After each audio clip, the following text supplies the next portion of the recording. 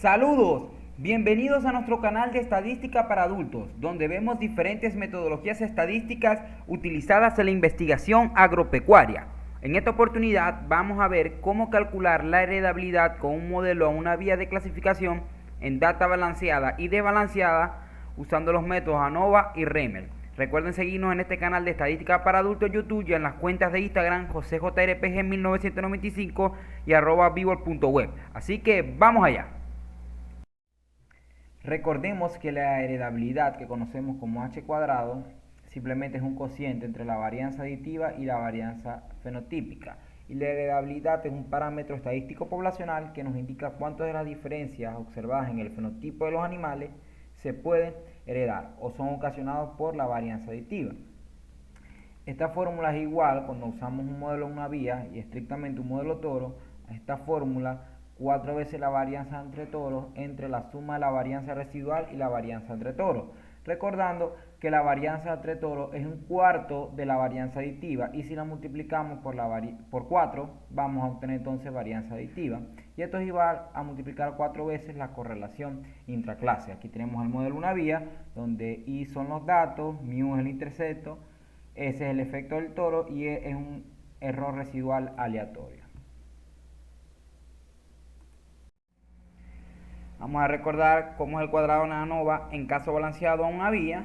Tenemos tres fuentes de variación, la de toro, la residual y el total, con sus respectivos grados de libertad, porque recordemos que estos cuadrados medios son simplemente un cociente entre la suma de cuadrados y los grados de libertad respectivamente para cada fuente de variabilidad, donde los grados de libertad para el factor Sair o toro son el número de toros menos 1, para el residual el número de datos menos el número de toros y el total el número de datos menos 1. Y la suma de cuadrados ya sabemos que la calculamos con las fórmulas clásicas, donde n aquí es el número de datos y k es el número de réplicas del diseño. Esto obviamente es un caso balanceado, donde tenemos el mismo número de datos por toros, es decir, tenemos el mismo número de datos registrados de los hijos en todos los reproductores. Por último, los componentes de varianza necesarios para estimar la heredabilidad, en el caso residual, es igual al cuadrado medio del error residual y la varianza entre toros es igual a una diferencia entre el cuadrado medio entre toros y el cuadrado medio residual entre el número de réplicas del diseño. Ahora para el caso balanceado hay unas modificaciones.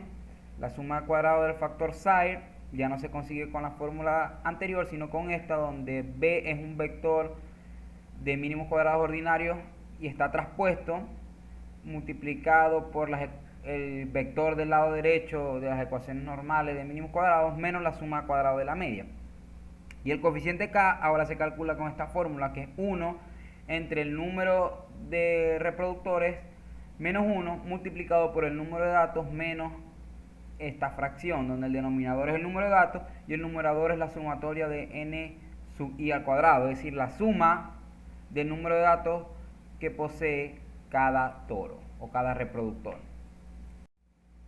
Ahora REMEL en caso balanceado, hay dos casos en estos tipos de modelos a una vía. Uno para cuando el cuadrado medio entre toros es mayor al cuadrado medio residual y un caso cuando el cuadrado medio entre toros es menor que el cuadrado medio residual. Cuando el cuadrado medio entre toros es mayor que el cuadrado medio de los residuos, las estimas REMEL son idénticas a la de la ANOVA. Pero en el caso que sea esta desigualdad, es decir, que sea menor el cuadrado medio entre Sair por el cuadrado medio residual, la varianza entre toros, aquí se coloca L, pero bueno, la varianza entre toros es 0 y toda la varianza fenotípica es residual, ¿ves? Ahora, para el caso no balanceado, tenemos que maximizar el logaritmo de la función de verosimilitud restringida de nuestro modelo, ya que para los casos no balanceados, derivar logaritmo de L nos va a llevar a ecuaciones no lineales que se tienen que resolver por iteración numérica. Entonces lo que se hace en los casos no balanceados es utilizar métodos numéricos sobre la propia verosimilitud logarítmica para estimar los componentes de varianza. Vemos aquí que estudiamos el logaritmo de la verosimilitud restringida. Esto es el número de datos menos el rango. Este P es el rango de la matriz de incidencia de los efectos fijos, en este caso sería un vector, por el logaritmo de 2pi más el logaritmo del determinante de la matriz de varianza y covarianza fenotípica del modelo, más el logaritmo natural de la matriz de incidencia de los efectos fijos traspuestos por el inverso de la matriz de varianza y covarianza fenotípica del modelo por la matriz de incidencia más esta diferencia, que esto es el vector de datos menos el producto de la matriz de incidencia X por el vector de mínimos cuadrados generalizado traspuesto por la matriz de varianza y covarianza fenotípica inversa por esta diferencia sin transponer. En esta parte es lo que se conoce como la suma de cuadrados residual generalizada.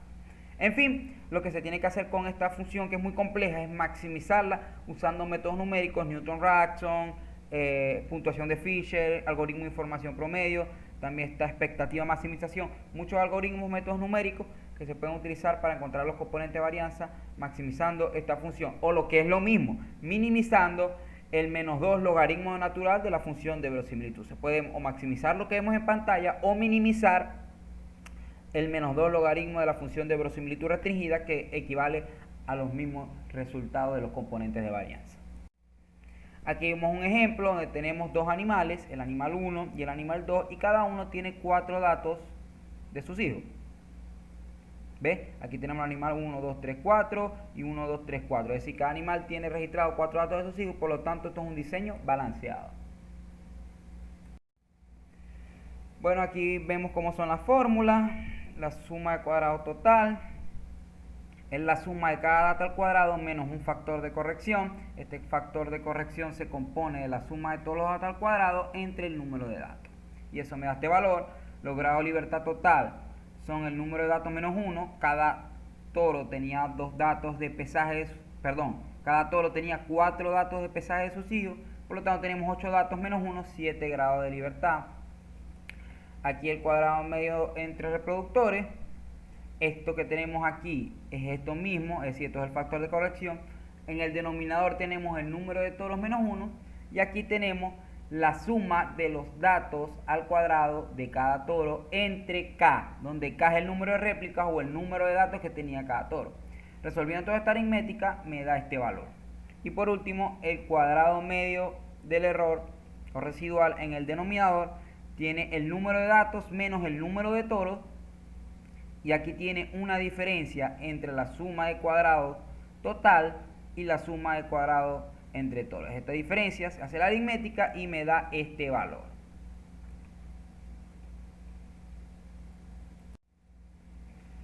Entonces, para los componentes de varianza, el componente de varianza residual es igual al cuadrado medio residual, es decir, lo que me da el cuadrado medio residual es el componente de varianza residual, y aquí lo tengo. En cambio, el componente de varianza entre toros, en el denominador es 4 porque es el número de réplicas. Recordemos, cada toro tenía 4 datos. Y aquí tenemos una diferencia entre el cuadrado medio entre toros y el cuadrado medio residual y me da este valor. Por último, este valor es un cuarto de la varianza aditiva y por eso lo tengo que multiplicar por 4 y ponerlo en el numerador del índice de herencia. Y en el denominador sumar la varianza entre toros más la varianza residual, que equivale a la varianza fenotípica. Y eso me da un valor de 0.027, un valor muy bajo, pero recordemos que esto es un ejemplo para ver los cálculos numéricos. En la práctica se tiene que usar más información. Ahora vamos a ver cómo hacer esto con el SAS. Se puede usar ProcBarCom, se puede usar ProMix, se pueden usar esos dos procedimientos sin ningún problema.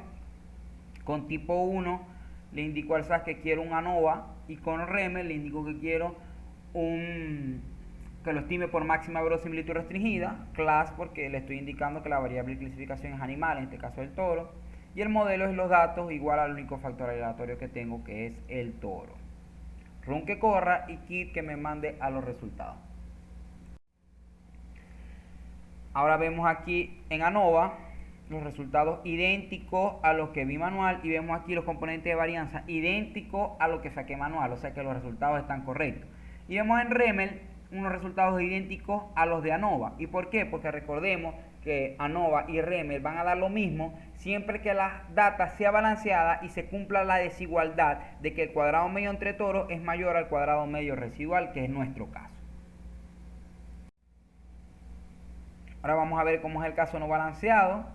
Vemos aquí que falta un dato y yo le indico al SAS, me falta un dato y ese dato lo voy a poner como X. Ve, aquí tengo X porque le estoy indicando aquí en Missing. Todo lo demás es igual. Y la parte un poco más compleja es la de calcular la suma de cuadrados entre reproductores. Tenemos que calcular un estimador de mínimos cuadrados ordinarios del modelo. Y esto se logra invirtiendo la matriz de productos cruzados mínimos cuadrados por el vector del lado derecho. Pero hay un problema, esta matriz no tiene inversa. ¿Por qué? Porque fíjense que aquí 7 es el número de datos. Fíjense, tenemos 1, 2, 3, 4, 5, 6, 7 datos. Y tenemos que un toro tiene 3 datos y otro toro tiene 4 datos. ¿Ven? Esto se replica aquí y esto es el toro que tiene 3 datos y este es el toro que tiene 4 datos. Vemos entonces, 4 más 3 son 7, 0 más 3 son 3 y 4 más 0 son 4. Hay una dependencia lineal aquí que yo tengo que eliminar. Lo mismo aquí. Fíjense que aquí yo tengo el número de datos totales y aquí tengo, perdón, el número de datos totales no, aquí tengo es la suma de todos los datos. En la segunda posición tengo la suma de los datos del animal 1 y aquí la suma de los datos del animal 2. Esto también tengo que hacer una restricción para romper la dependencia. Entonces, ¿cómo hago? En este caso yo eliminé fila 1 y columna 1 y me quedo solo con esto, ¿ves? Y esto lo pongo aquí y elimino la primera posición de este vector y me quedo con estos dos y los pongo aquí. Luego invierto esto, que ya esta matriz no tiene dependencias lineales, lo multiplico por el vector y me da estos valores que son estimaciones de mínimos cuadrados ordinarios. Este vector lo transpongo y lo multiplico por este vector y le resto el factor de corrección y me da este valor que es la suma de cuadrados entre 6 para el caso no balanceado. Ahora, en el caso no balanceado, calcular el coeficiente K también es más complejo. Es 1 entre el número de toros menos 1, en este caso solo teníamos 2 reproductores, 2 animales, por el número de datos menos la suma de los datos, del número de datos que tiene cada toro al cuadrado. El primer toro tiene 3 datos, por eso 3 al cuadrado, más el segundo toro tiene 4 datos al cuadrado. Y eso entre el número de datos me da este valor.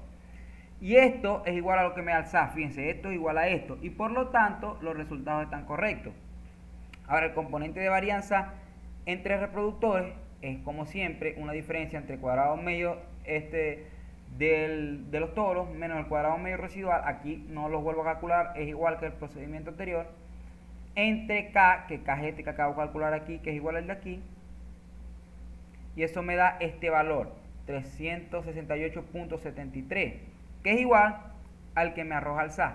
Por lo tanto, los resultados están correctos. Ahora, en caso no balanceado, Remel y ANOVA no van a dar lo mismo. Pero en este caso sí van a dar lo mismo porque solo tenemos 2 niveles del factor toro. Si ya tuviéramos 3, 4 o 5 toros o más, ya no dieran lo mismo en caso no balanceado.